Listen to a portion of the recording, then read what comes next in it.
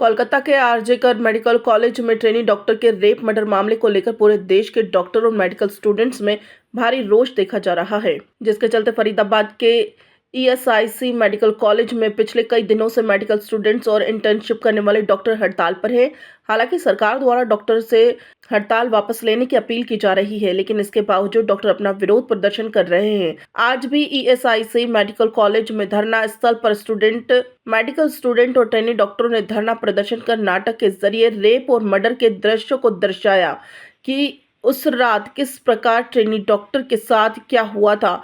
विरोध प्रदर्शन कर रहे ट्रेनी डॉक्टर्स ने बताया कि महाभारत काल में भरी सभा में द्रौपदी का चीरहरण हुआ था। उस समय भगवान श्री कृष्ण ने अर्जुन को कहा था कि अब चुप रहने का समय नहीं है, और फिर महाभारत का युद्ध हुआ। उन्होंने कहा कि इसी तरह रेप और मर्डर के मामले को लेकर लगातार विरोध प्रदर्शन जारी है और कैंडल मार्च तक निकाले जा रहे हैं। उन्होंने कहा कि आज नाटक के जरिए उस दृश्य को पेश करने की कोशिश की गई कि किस प्रकार कोलकाता में ट्रेनी डॉक्टर का रेप और मर्डर हुआ था। उनका कहना था कि जब तक इंसाफ नहीं मिलता हम लगातार हर रोज अपना विरोध प्रदर्शन करते रहेंगे। खबर सूत्र के लिए फरीदाबाद से सुनील चौधरी की रिपोर्ट। क्या नाम है? मेरा नाम डॉक्टर लक्षिंदर है। आज जो है किस तरह से आप जस्टिस के लिए जो है आप मांग कर रहे हैं?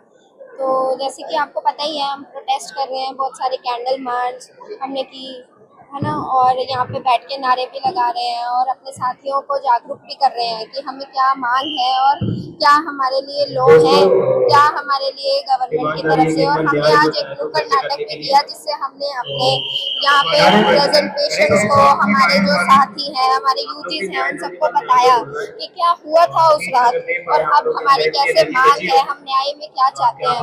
उसके अलावा हमने आज सेंटर प्रोटेक्शन एक्ट की भी बात करी और उसमें भी बताया कि उस एक्ट में क्या लिखा गया था, लेकिन वो एक्ट अभी तक पास नहीं हुआ। और हमें लगता है कि आज सुप्रीम कोर्ट भी कुछ फैसला करेगी और इस न्याय के लिए फैसला करेगी, कुछ नए कानून बनाएगी ताकि ऐसे हादसे हमें रोज रोज ना झेलने पड़े, ऐसे हमें दोबारा ना बैठे।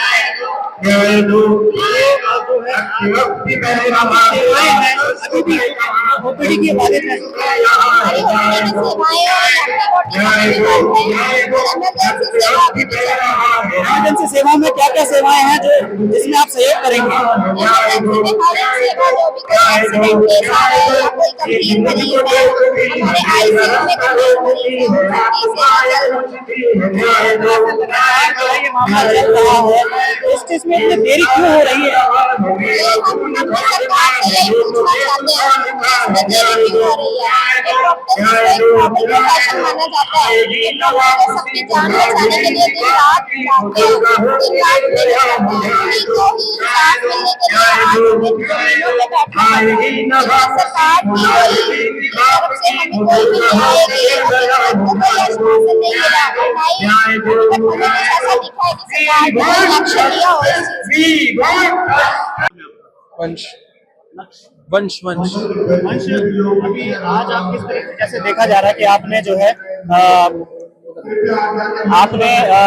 जो अपना कविता के माध्यम से जो है जस्टिस मांगा है, क्या कविता है?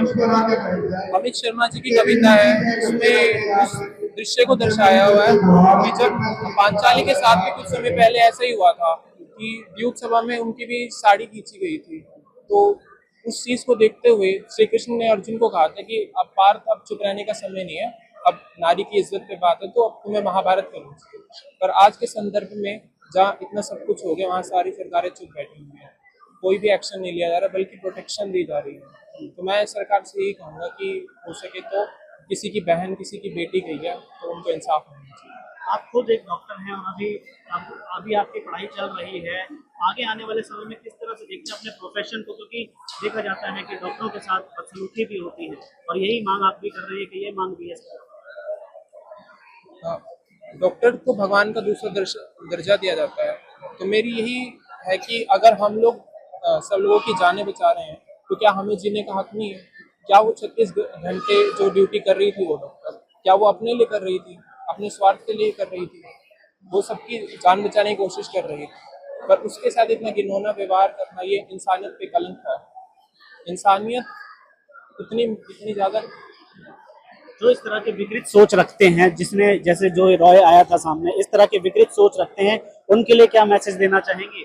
उनको कड़ी से कड़ी सजा मिलनी चाहिए। मेरी सरकार से यही विनम्र निवेदन है कि नारी के सम्मान के लिए, जिस देश में आप नारी को देवी की तरह पूजते हो, अगर उस देश में नारी सुरक्षित ही नहीं है तो ऐसे पूजन, ऐसे प्रार्थना या पूजा करने का क्या फायदा है।